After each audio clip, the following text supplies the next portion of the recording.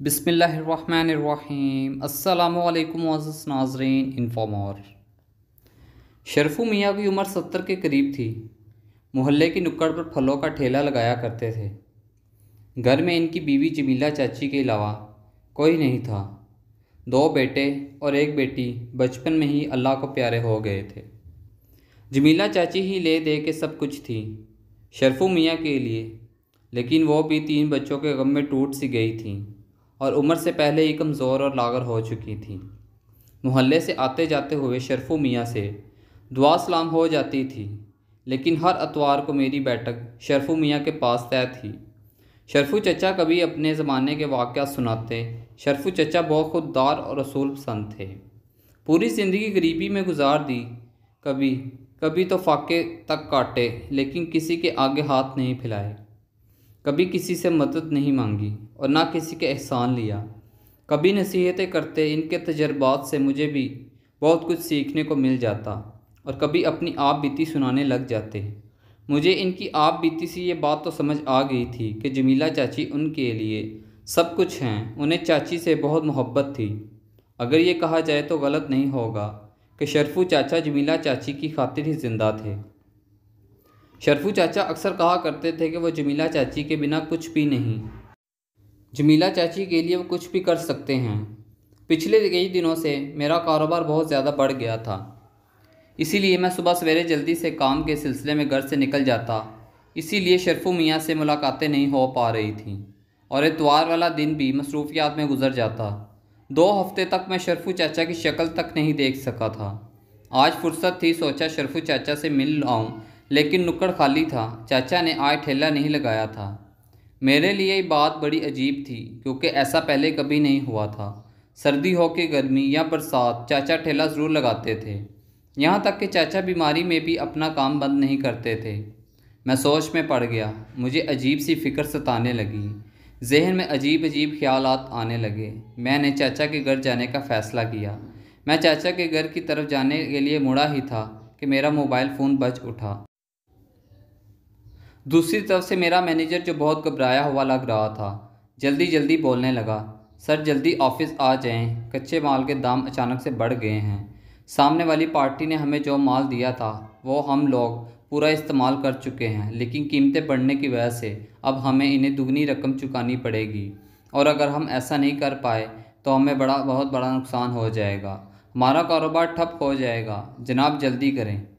देखो, घबराने की ज़रूरत नहीं है, मेरे पास काफ़ी पैसे पड़े हैं, हम दाम चुका देंगे। मुझे अभी एक ज़रूरी काम आन पड़ा है, वो निपटा के अभी आता हूँ। तुम इस पार्टी से थोड़ा वक्त मांग लो। ठीक है, घबराओ मत, मैंने फ़ोन काटते हुए कहा और चाचा के घर की सिमत निकल पड़ा। असर की नमाज़ पढ़कर लोग मस्जिद से बाहर आ रहे थे। अचानक मेरी नज़र शरफू चाचा पर पड़ गई, जो मस्जिद के बाहर खड़े लोगों से पैसे मांग रहे थे। वो आसो उम्मीद से लोगों को सलाम करके उनके आगे हाथ फैला रहे थे।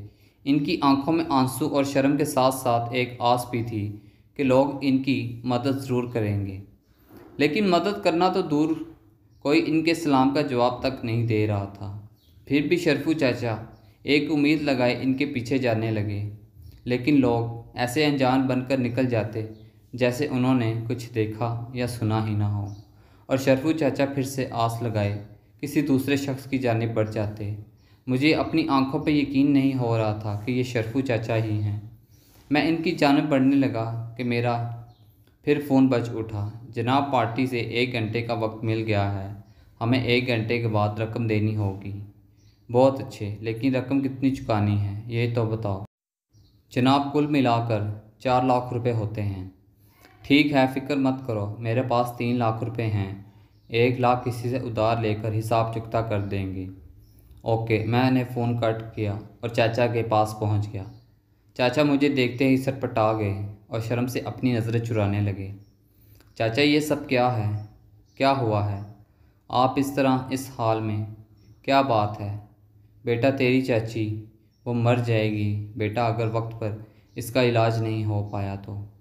इसे बचा लो बेटा। चाचा हाथ जोड़कर गिड़गिड़ाने लगे और रोते हुए मेरे गले लग गए। सब ठीक हो जाएगा चाचा, पहले ये तो बताएं हुआ क्या है? बेटा, तुम्हारी चाची को दिल का दौरा पड़ा है। डॉक्टर कहते हैं 1 इंजेक्शन लगाना पड़ेगा। तब ये बचेगी, लेकिन वो इंजेक्शन बहुत महंगा है और साथ में अद्वियात और डॉक्टरों की फ़ीस कुल मिलाकर 2 लाख रुपए होते हैं। बेटा मैं कहाँ से लाता इतनी बड़ी रकम। 100 लोगों के आगे हाथ फैला दिए। तुम तो जानते हो जमीला मेरे लिए क्या है। मैं इसके लिए भीख मांगने को भी तैयार हूँ। चाची किस अस्पताल में है, मुझे वहाँ ले चलिए। कुछ करते हैं, अल्लाह ने चाहा तो सब ठीक हो जाएगा। मेरी बातें सुनकर चाचा में जैसे जान आ गई। वो हसरत भरी नज़रों से मेरी तरफ देखकर बेचारगी और मासूमियत से बोले, बेटा तुम इलाज करवाओगे ना अपनी चाची का। अल्लाह तुम्हें आबाद रखे, अल्लाह तुम्हारे कारोबार में बरकत दे, अल्लाह तुम्हारी हर मुश्किल आसान करेगा। बेटा तुम्हें हर कदम पर फतह नसीब होगी। चाचा की आशा उम्मीद देखकर मैं सोच में पड़ गया कि क्या करूं। एक तरफ कारोबार था और एक तरफ चाचा की उम्मीदें जो मुझ पर टिकी थीं। अगर यहाँ इलाज के लिए 2 लाख लगा देता तो कारोबार डूब जाता, और अगर कारोबार के लिए पैसा लगा देता तो एक गरीब लाचार की मुझसे लगी उम्मीदों का भरम टूट जाता। मैं पशो पेश में पड़ गया। आखिर में मैंने फ़ैसला कर लिया कि कारोबार का जो होगा देखा जाएगा। मुझे चाचा की उम्मीदें बरकरार रखनी हैं। मैंने अपना मोबाइल बंद कर दिया और इलाज की रकम अस्पताल में जमा करा दी। दूसरी सुबह चाची की तबीयत संभल चुकी थी। चाचा बहुत खुश थे। बार बार प्यार से मेरे सर पर हाथ रख कर दुआएं देने लगे। कभी मेरे हाथ चूमने लगते, कभी कहते, बेटा तुमने मेरा सहारा बचाया, अल्लाह तुम्हारा सहारा बनेगा। ये मेरी दुआ है तुम्हारे लिए, हमेशा के लिए। अभी चाचा मुझे ये दुआ दे ही रहे थे कि मेरा मैनेजर मुझे तलाश करता हुआ अस्पताल में आ गया। वो काफ़ी बौखलाया हुआ था। जनाब आपको कल से फ़ोन कर रहा हूँ, लेकिन आपका फ़ोन बंद आ रहा है। जनाब वो पार्टी की रकम। मैंने हाथ के इशारे से मैनेजर को रोक दिया। हाँ ठीक है, मैं जानता हूँ हम वादे के मुताबिक पार्टी की रकम नहीं चुका पाए और अब हमारा कारोबार बर्बाद हो चुका है, हम मकरूज़ हो चुके हैं। खैर मेरे पास अभी भी 1 लाख रुपए बचे हैं। तुम वो पैसे ले जाओ, अपनी और वर्कर्स की तनख्वाहें बांट लो, ऑफिस को ताला लगा दो और किसी दूसरी जगह काम ढूंढ लो। कहते हुए मैंने गम और सदमे से अपना सर झुका लिया। जनाब आप मेरी पूरी बात तो सुन लें, मैनेजर अपनी बात पर जोर देते हुए बोला। अब हम मकरूज़ नहीं हैं इस पार्टी के, अब वो पार्टी हमारी मकरूज़ हैं। मैं हैरत से मैनेजर की तरफ देखने लगा। जी जनाब, कल पार्टी से वक्त लेने के करीब आधे घंटे बाद ही कच्चे माल के दाम इतने गिर गए कि अब वो लोग हमारे मकरूज़ हो चुके हैं और अब वो लोग हमसे वक्त मांग रहे हैं। इसीलिए कल से आपका फ़ोन लगा रहा हूँ, लेकिन आपका फ़ोन बंद आ रहा है। कितना वक्त देना है इस पार्टी को, इनसे कहना वक्त की कोई कैद नहीं, जब आपके पास रकम हो जाए जमा कर देना। मैंने मैनेजर को नरमी जवाब देते हुए कहा और सोचने लगा, मजबूर और लाचार की दुआ कितनी जल्द कबूल हो जाती है। अल्लाह ने शरफू चाचा की दुआ ज़ुबान से निकलते ही कबूल कर ली थी। थैंक्स फॉर वाचिंग इन्फो मोर। अगर आपको हमारी ये वीडियो पसंद आई तो प्लीज़ चैनल को सब्सक्राइब कर दें, बेल आइकन को प्रेस कर दें ताकि आने वाली मज़ीद वीडियोस आप तक बर वक्त पहुँच सके। मिलते हैं नेक्स्ट वीडियो में इंशाल्लाह, तब तक के लिए अल्लाह हाफिज़।